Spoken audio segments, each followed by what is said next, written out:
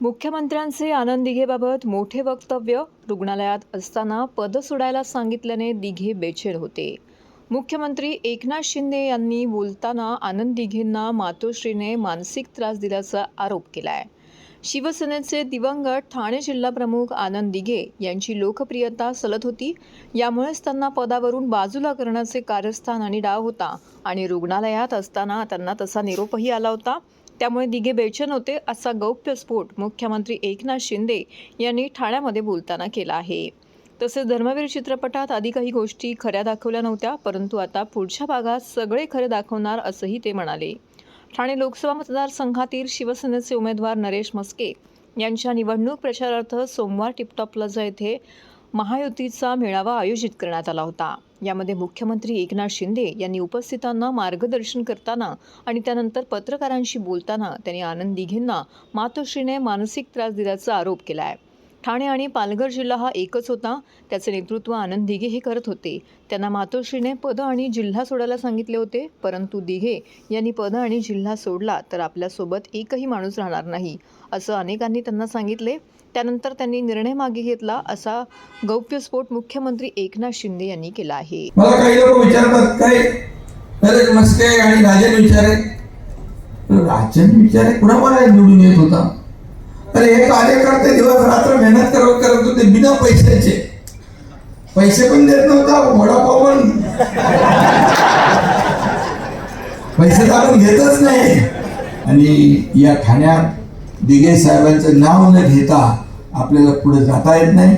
नरेश म्हस्केंनी सांगितलं खरं म्हणजे मगाशी की काय ते उत्सव आपल्या पुढे नेले ना, नवीन उत्सव केले, देवीचा उत्सव, गोविंद उत्सव आणि काय आणखी सर्व परीक्षा. अरे डुप्लिकेट काम करून असली होता येते का? नाही होत आहे. आणि म्हणून राजनचा सीझन आता संपला आणि नरेशचा विजय होणार चांगला.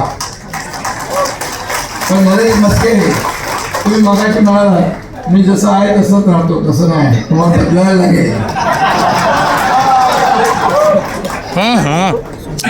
सच्चा उत्तर कळती केळकर साहेबांची मागणी. ठीक आहे, कधी कधी काही गोष्टी होऊन जातात, पक्षासाठी बोलतात ते, कधी कधी काही झालेले असतील. माणूस आहे शेवटी. पण आता खासदार झाल्यानंतर हे सगळं आपल्याला बदलायचं. नगरसेवक, महापालिका, आमदार यांच्या कुठल्याही कामामध्ये आडकाठी आणायची नाही. मला तर महापालिका नाही, तुम्हाला लोकसभा संसद भवन, काळजी करू नका, मी तर इथंच आहे. खरं म्हणजे सिनेमा पण केळकर साहेब काढून देत नव्हते दिघे साहेबांचा. मग काय एवढा उशीर लागला की त्यांना ते पटत नव्हतं. मग बाळासाहेबांचा सिनेमा काढल्यानंतर मी हा काढला. त्यात पण अर्धवट उठून गेले, माहिती आहे ना, त्याच्यात सिनेमा सोडून गेले. आता खरा सगळा जो सिनेमा आहे तो आता पार्ट 2 मध्ये पूर्ण. त्यामुळे सगळ्यांना धाकधूक आहे, काय दाखवणार, काय मी काही खोटं नाही दाखवणार, सगळं खरं खरं दाखवणार. दिवस कोणाला भेटले नव्हते. एवढा त्यांचा मानसिक त्यांना जे काही त्रास झाला त्याच्या मागे कोण आहे? दिघे साहेब गेल्यानंतर पहिल्यांदा मी भेटलो उद्धवजींना, तेव्हा मला काय प्रश्न त्यांनी विचारावा, कसं आहे कसं, त्यांच्या मागे कोण आहे मला जास्त विचारायला पाहिजे होतं. ते म्हणाले आनंद दिघे प्रॉपर्टी कुठे आहे, प्रॉपर्टी कुठे आहे. मला त्यांची प्रॉपर्टी, फकीर माणूस, सगळं वाटणारा दोन्ही हाताने, त्या शाखेमध्येच राहणार ना, त्यांचं घर ना बिल्डिंग काहीच नाही. मला फार त्यावेळेस वाटलं आपण चुकीच्या ठिकाणी आलो, परंतु शेवटी नाईलाज काम करावं लागलं. आणि म्हणून या सगळ्या गोष्टी ज्या सांगण्याचा उद्देश एवढा आहे की दिघे साहेब हा ठाणे जिल्हा आहे आपला, आनंद दिघे साहेबांचा बालेकिल्ला आहे. तुम्हाला वाटत होतं की ठाणे आपल्याला मिळणार नाही, पण मी वरिष्ठ पातळीवर सांगितलं ठाणे ह्याच्याबद्दल आमचं इमोशन आहे, आनंद दिघे साहेबांची संवेदना आहे.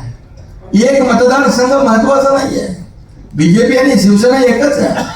मी जेव्हा हा कार्यक्रम केला, मोठा कार्यक्रम, त्या कार्यक्रमाच्या वेळेस मी तुमच्या वरिष्ठांना सांगितलं मी माझं काम केलेलं आहे, आता तुम्ही तुमचं काम करा. आणि मग त्यांनी शिवसेना आणि धनुष्यबाण, खरी शिवसेना आणि धनुष्यबाण आपल्या हातात दिला. म्हणून मी मोदी साहेबांना आणि अमित भाईंना खूप धन्यवाद देतो की ते ताकदीने मागे उभे राहिले. नड्डाजी ते ताकदीने, देवेंद्रजी माझ्या सोबतच होते.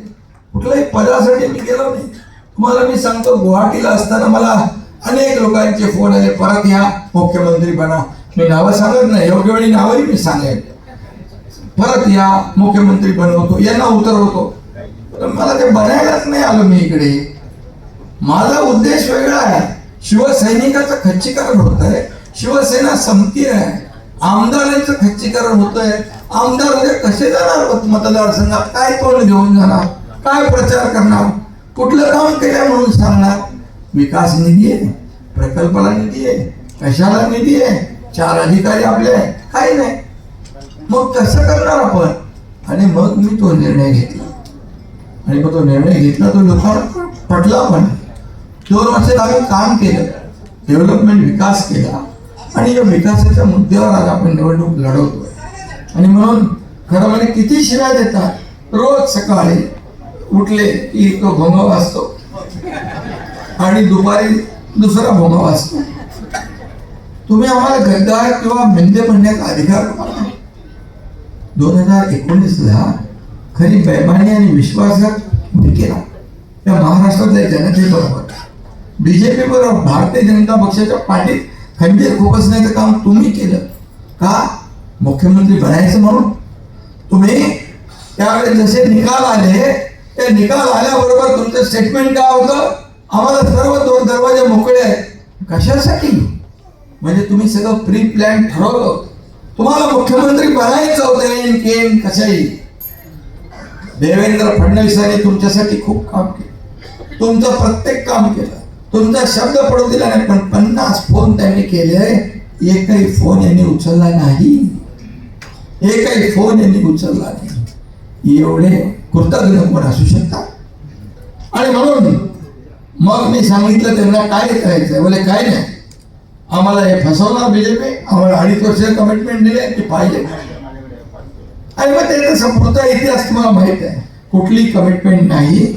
अमित भाई मला स्वतः बोलले, मी कुठल्याही बंद दरवाजाच्या आड काम करत नाही, मला सगळं उघडं असतं. फक्त त्यांना पैसे पाहिजे.